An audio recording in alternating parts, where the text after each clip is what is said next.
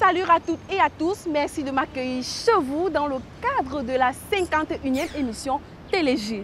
Aujourd'hui, nous allons faire une intrusion dans le monde de l'enseignement supérieur à travers soutenance, activités culturelles, entre autres.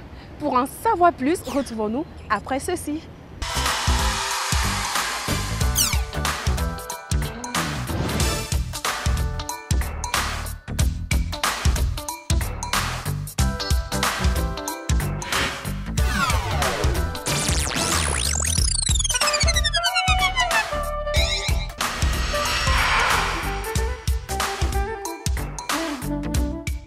Une fois de plus, bon après-midi.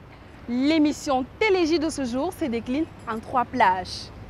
Premièrement, nous irons à l'Institut supérieur Scientour pour revivre la 23e semaine de la communication des étudiants de cette filière.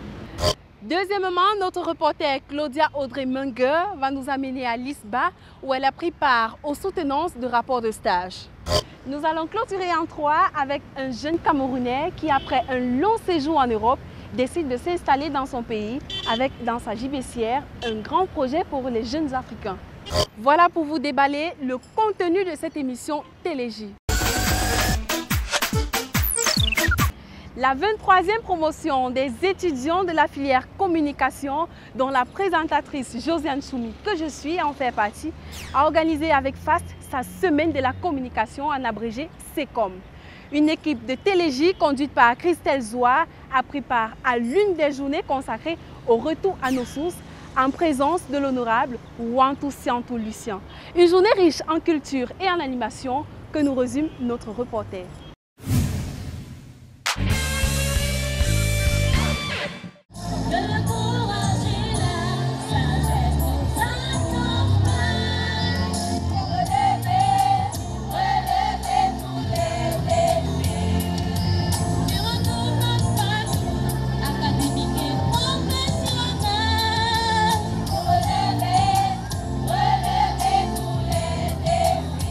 Il ne s'agit pas d'un concert de musique gospel, mais plutôt d'une journée culturelle de la semaine de la communication, baptisée Retour aux sources, à l'Institut universitaire Wantou Siantou.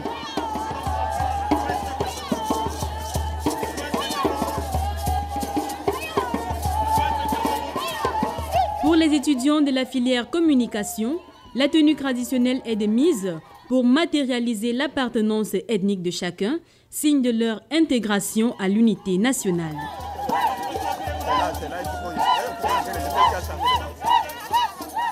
Un élément remarquable qui ne saurait passer inaperçu lors de cette journée est cette case symbole de la tradition ancestrale. Nous avons remarqué que toutes les cultures au Cameroun ont dans leur histoire ce genre de case. Et si vous remarquez, elle est faite en matériaux de la forêt, passant de la paille, des herbes aux feuilles de bananier.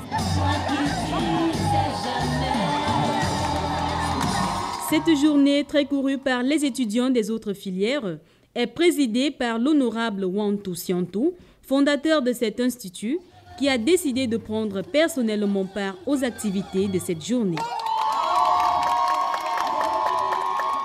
Après la coupure du ruban symbolique, il est conduit dans la case sacrée.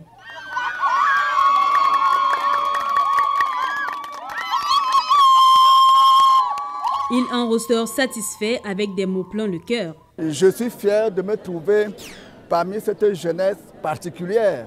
Si la jeunesse se montre toujours aussi brillante, nous disons que le Cameroun ira toujours de l'avant. Un sage a dit que la culture, c'est ce qu'on conserve lorsqu'on a tout perdu. Le public ici présent, constitué en majeure partie des étudiants de cet institut, a eu droit à un spectacle de grande envergure à travers l'élection Miss.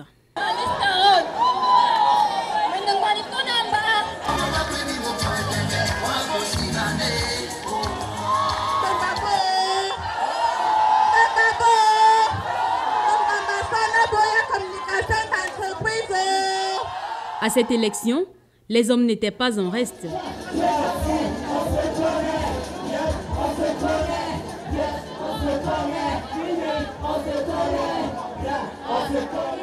Cette journée a donné l'opportunité aux jeunes artistes musiciens de se faire connaître à travers des prestations remarquables.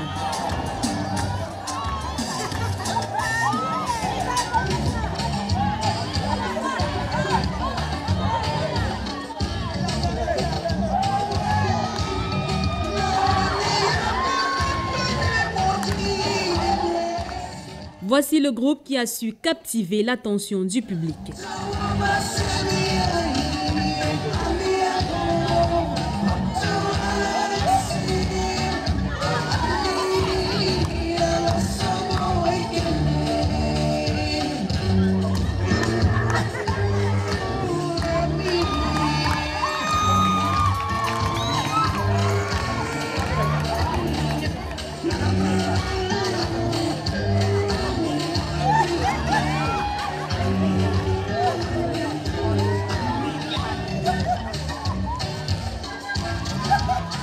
Après une journée riche en spectacles et en activités, parole au public.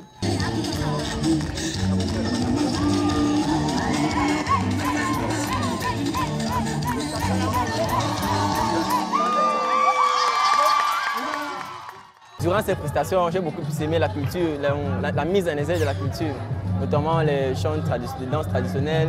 En milieu universitaire, dans le milieu supérieur, ce sont des choses qui ne se voient pas tous les jours. Ce qui m'a particulièrement marqué, je dirais, c'est le défilé des Miss. Par rapport à leur tenue, c'était le passage traditionnel.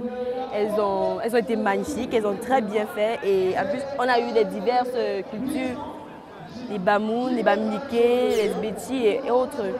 Et c'était très beau. Je dois dire que je suis très satisfait dans la mesure où nous avons eu les applaudissements du père fondateur, M. Sianto, qui a été ravi de l'organisation et qui a tout de même donné sa main de bénédiction. Et à travers cet événement, on veut faire passer le message que la culture est la meilleure des choses qui existent. Il ne faudrait pas, malgré la mondialisation, oublier sa culture. Au terme de cette journée, l'homme le plus heureux est également Raphaël Aimé Aïssi, président de la filière communication. On avait misé sur l'honorable Sianto et il nous a fait l'honneur d'être présent à cette journée. Donc je me dis, avec toutes les articulations qui ont été mises sur pied, qui ont été mises, et la masse que nous avons essayé de regrouper, je me sens totalement satisfait.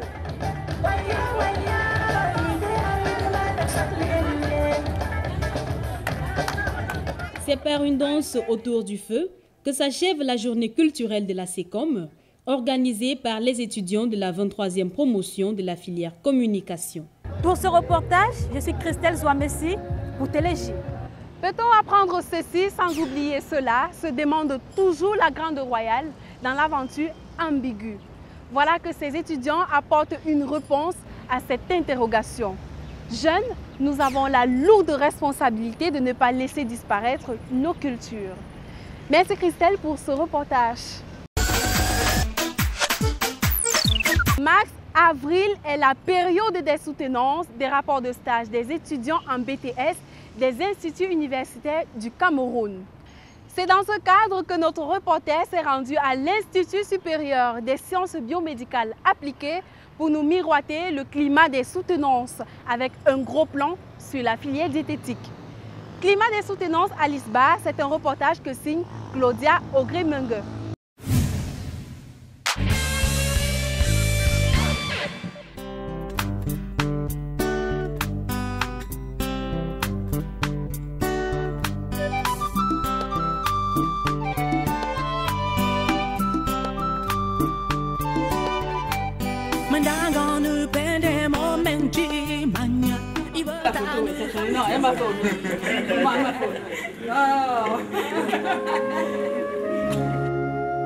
C'est à peu près l'ambiance qui règne dans la plupart des institutions universitaires en cette année 2015.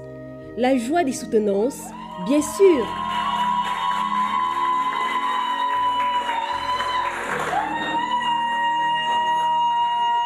Pour prendre de la mesure, nous sommes allés à l'Institut des sciences biologiques et appliquées. Comme interprétation, on se rend compte que notre patient ne risque pas de maladie cardiovasculaire. Comme indicateur biochimique, Madame Sandrine, hospitalisée pour asthénie, taux de CT4 bas de 400, mais n'est pas sous ARV, ayant perdu 5,5 kilocalories. Nous avons la saveur. Ici, une trentaine d'étudiants passent devant les membres du jury pour défendre leur projet des rapports de stage dans les thèmes aussi variés que divers, dans les filières diététiques, analyse biologique, industrie alimentaire. Les thèmes sont très intéressants. On parle d'alimentation des joueurs, on parle des maladies telles que la goutte, on parle de diabète, on parle de l'hypertension, on parle du VIH. Et pour l'analyse biologique et biochimique, on parle des virus, on parle de certaines bactéries. Donc il soutient sur les bactéries, il soutient comment ça se passe, certaines maladies qu'ils analysent dans les laboratoires. Et en industrie alimentaire, ils nous parlent de leur transformation. Ces soutenances ont connu une participation massive des parents, amis et camarades des soutenants. Quelques-uns piqués au hasard nous parlent de leur thème. Mon thème a porté sur la différenciation des Shigella et Shakoli dans la copoculture. Oui, et j'ai effectué mon stage à l'hôpital général de Douala pendant 4 semaines et j'ai fait 2 semaines en bactériologie où j'ai vraiment appris à effectuer la copoculture. Mon thème de soutenance en ce jour porte sur l'évolution de la composition corporelle en fonction d'un régime alimentaire. Lorsqu'on se pèse sur une balance classique, elle ne nous donne que le poids.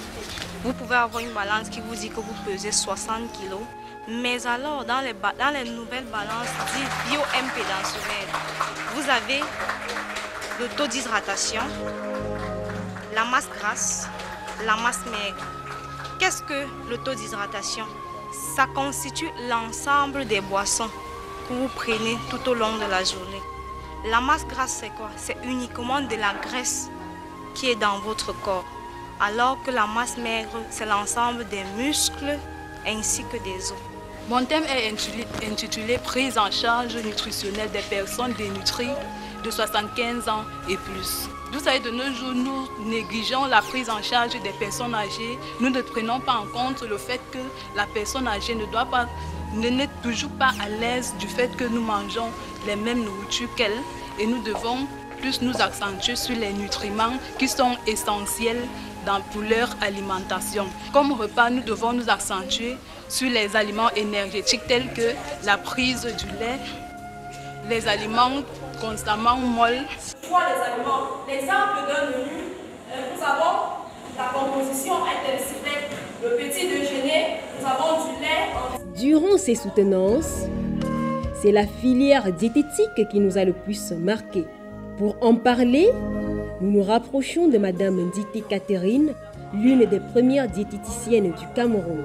La diététique, c'est une science qui aborde le traitement des maladies par les principes alimentaires. La première promotion des diététiciens camerounais qui ont travaillé, qui ont essayé de mettre en place les guides alimentaires au Cameroun, nous étions 4. Et ça en 1977. Nous sommes tous en retraite. Nos hôpitaux sont sans diététiciens. Vous allez au CHU, il n'y en a pas. À l'hôpital central, peut-être il y a un seul. À l'hôpital général, il y a un seul. Au centre Jamon, il y a un seul. Et dans les provinces, alors, il n'y a personne. Vu l'importance, la recrudescence des maladies nutritionnelles dans notre société aujourd'hui, je pense que c'est une bonne forme. C'est une bonne idée, c'est une bonne chose de former les diététiciens au Cameroun pour qu'ils puissent éduquer la population camerounaise à se nourrir parce que les Camerounais ne savent pas manger. Au terme de ces soutenances, des mémoires de fin d'études BTS, sous la supervision du ministère de l'Enseignement supérieur, les notes sont satisfaisantes. Les efforts fournis ces dernières semaines par les étudiants pour n'est-ce pas, produire un rapport de qualité me rendent absolument optimiste. Une fois cette phase de soutenance terminée, il reste la dernière étape à franchir, qui est l'écrit, à savoir l'examen du BTS. Alors je leur dis tout le temps, vous avez 2 ans, sacrifiez ces 2 ans, bossez jour et nuit, n'est-ce pas, et obtenez votre BTS. Et si vous êtes suffisamment motivé, ayez une licence professionnelle, un master pro et pourquoi pas un doctorat. C'est sur cette trentaine d'étudiants que cet institut fonde tout son espoir pour un 100% au BTS comme dans les années précédentes. Pour Télégie, je suis Claudia Audrey Mengue. Ne le savez-vous peut-être pas, l'espérance de vie au Cameroun est en dessous de 60 ans. Et pourtant, nous ne manquons pas de nourriture, encore moins des hôpitaux. Il fallait déjà penser former les jeunes dans cette branche de la médecine. Merci aux responsables de cet institut d'y avoir pensé. Bernard Hott est un jeune Camerounais qui est parti de son pays pour poursuivre ses études en Business and IT et en Business and Entrepreneurship au pays de Shakespeare. Aujourd'hui, il est de retour dans son pays natal en tant que représentant de la PM Group of Institutions, une université basée en Inde. Notre reporter Princesse Béhéné est allée à sa rencontre dans le cadre de l'entretien de cette émission que je vous recommande de suivre avec la plus grande attention.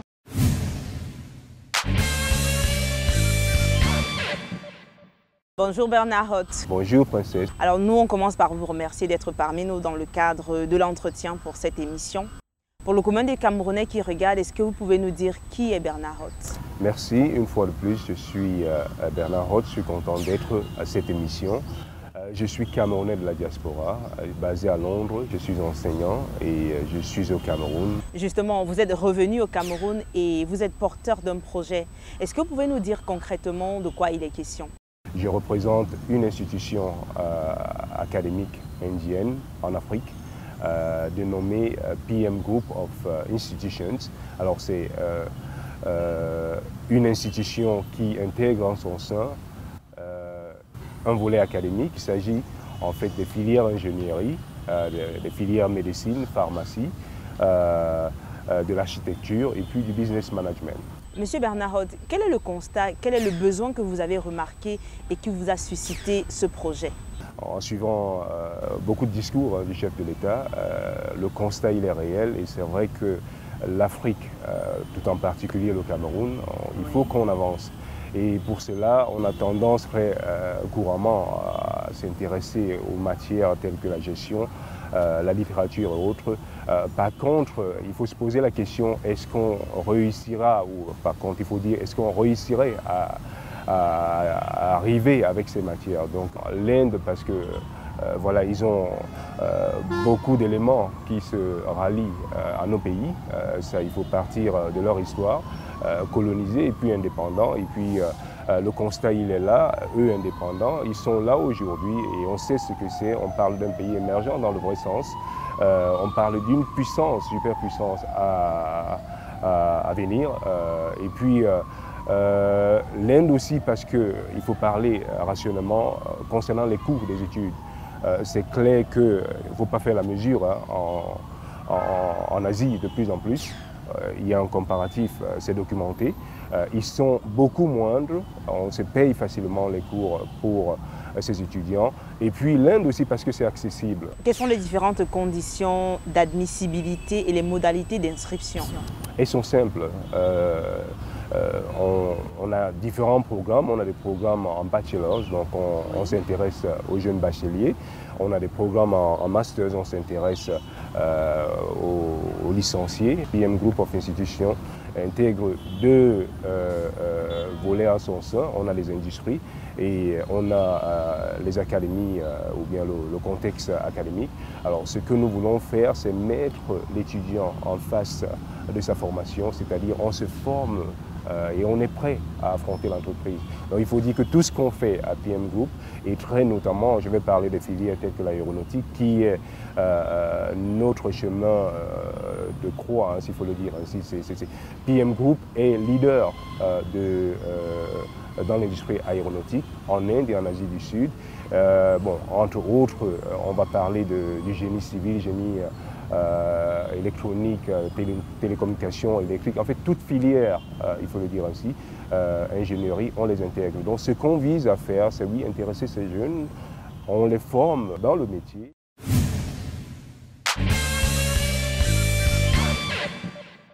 Parlons de la filière aéronautique qui me passionne bien parce que j'aime bien voir les avions défiler dans les airs. Est-ce que vous pensez qu'un jeune Camerounais qui s'est formé chez vous va revenir au Cameroun et pouvoir au moins construire un avion Quand on parle du domaine agricole, les avions qui versent par exemple les pesticides, est-ce que vous pensez que c'est possible? Oui, s'il faut répondre à cette question. Qu'est-ce qui va accompagner ces jeunes? C'est leur passion, c'est leur engouement. Là, j'en rencontre, oui, aéronautique. Ce n'est pas un rêve, ce n'est pas interdit pour nous. On a un ciel ouvert. Ça se fait ailleurs. Voilà, ça se fait ailleurs.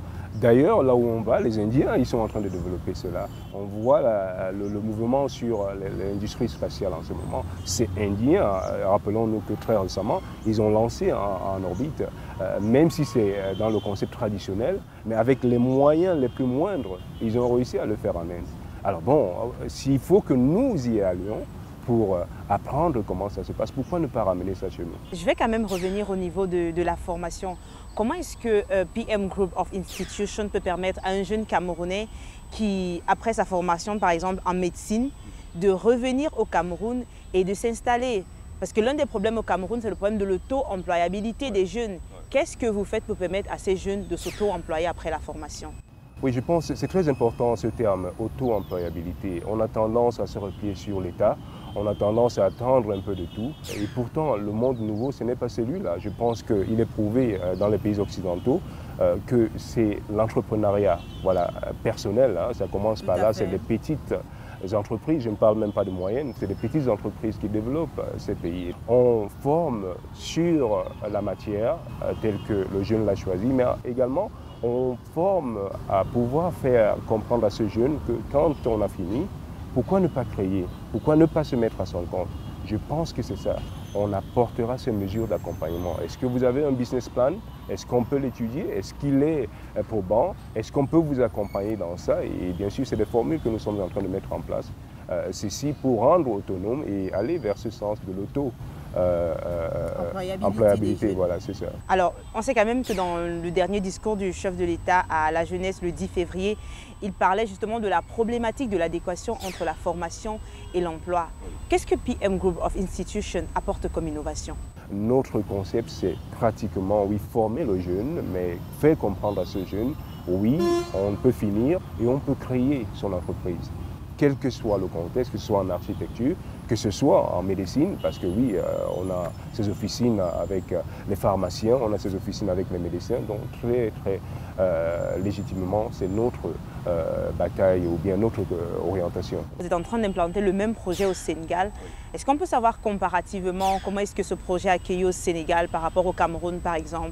Cameroun, Sénégal, Dakar, Yaoundé, c'est pratiquement le même enthousiasme, il faut le dire. Je pense qu'on a besoin de ces nouveaux métiers, on en demande les mêmes discours au niveau des chefs de l'État, au niveau des chefs de gouvernement, c'est pratiquement pareil. Il faut qu'on intègre l'ingénierie. Vous, en tant que formateur, en tant qu'enseignant à la London Business College of Sciences, qu'est-ce que vous pouvez dire aux jeunes Africains camerounais qui nous regardent à l'instant? Je voudrais leur dire, oui, l'avenir c'est en face, quoi. Le monde, le monde change. L'Afrique, voilà, elle est ouverte. Voilà, non seulement ouverte, il y a un potentiel énorme. Il n'y a rien à être que manager, à être aller qu'en politique. Ce n'est pas un problème. Mais à côté de ça, qu'est-ce qu'il faut pour qu'on construise nos ponts, pour qu'on développe de nouvelles cartes pour nos villes, pour qu'on soigne, souvenez-vous, la catastrophe Ebola. On n'a pas toujours besoin de faire venir des gens d'ailleurs. Il faut des médecins, il en faut énormément. On a envie de créer des campus. On va certainement commencer d'ici la fin de cette année. Mais en même temps, le point principal pour nous, c'est déjà, nous, en fait, de s'ouvrir. Faire comprendre que voilà, il y a à côté de l'Occident un autre monde qui donne accès et c'est pour cela que je suis là. Vous êtes tout optimiste, M. Bernard Hott? Oui, beaucoup. L'Inde a des références en ce moment, il faut dire. C'est le troisième système le plus éducatif, le plus performant au monde. Après certains pays, la Chine, les États-Unis et autres, c'est documenté. L'Inde a beaucoup d'atouts. J'ai mentionné le coût de vie pour les étudiants qui est moindre. Nous, nos coûts, il ne faut pas les comparer à ce qui se passe, même sur place ici, pour ne pas dire ce qui se passe en Occident. Oui, et qu'est-ce qu'il en ressort derrière? La formation, la qualité de la formation. Alors, on a cette renommée sur l'Inde.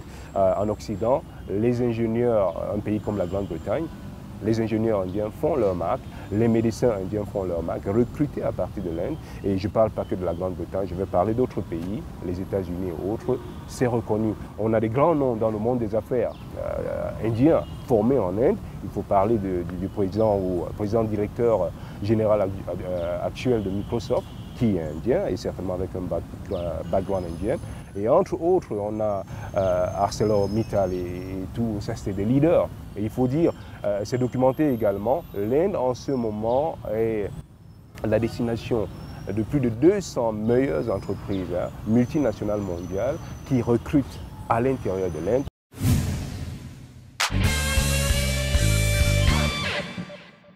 Monsieur Bernard Roth, dans votre programme, vous avez intégré des bourses que vous avez octroyées à des étudiants. Oui. Pourquoi ces bourses et qui en étaient véritablement les bénéficiaires? C'était ce qu'on appelle l'Olympiade organisée par un partenaire qu'on a sur place, Intelligentsia, si vous permettez que je les mentionne. Et eux, ils permettent des compétitions au niveau des lycées et collèges de tout le pays. Et là, c'était la finale. Donc, nous avons, en tant que partenaire, nous avons intervenu pour remettre aux meilleurs, aux lauréats. Hein. Ça, c'était, il y avait les meilleurs de chaque série de terminale à, je sais pas, C, D et F. Et bon, voilà, on a voulu quand même déjà les intéresser, leur faire part, voilà, du concept PM Group of Institutions et aussi, puisqu'ils ont accent sur les métiers de l'ingénierie, médecine et autres, c'était pour nous un plaisir de leur dire, bon écoutez, on peut faciliter cette entrée à travers une bourse. Pour sortir de cet entretien, est-ce qu'on peut vous qualifier de messie pour la formation des jeunes Camerounais? Ah non, je pense que c'est trop ça.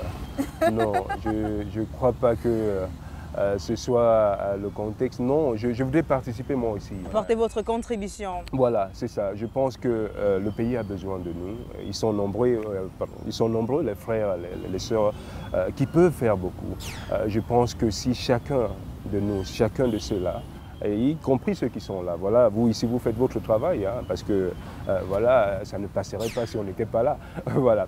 Donc si chacun de nous, surtout pour les jeunes, pouvait apporter sa petite contribution, je pense qu'on avancerait beaucoup plus qu'on le pense. Mais je suis positif et confiant, je pense que ça va se passer. On parle de l'émergence à l'horizon 2035. Avec votre participation, comment vous voyez les choses d'ici 2035? Restons optimistes. Voilà, je pense qu'il y a tout pour que nous avancions, nous puissions être là. Je suis confiant, tout comme chaque Camerounais. Je pense que l'avenir est rose, si moi personnellement, et puis ceux qui m'entourent, et puis ceux qui contribuent. Voilà, si on peut se mettre ensemble, c'est clair que ça va aller. Merci M. Bernard Roth d'avoir participé à cet entretien, de nous avoir consacré ce temps, répondre à nos questions. Merci Princesse, merci de m'avoir eu dans cette émission.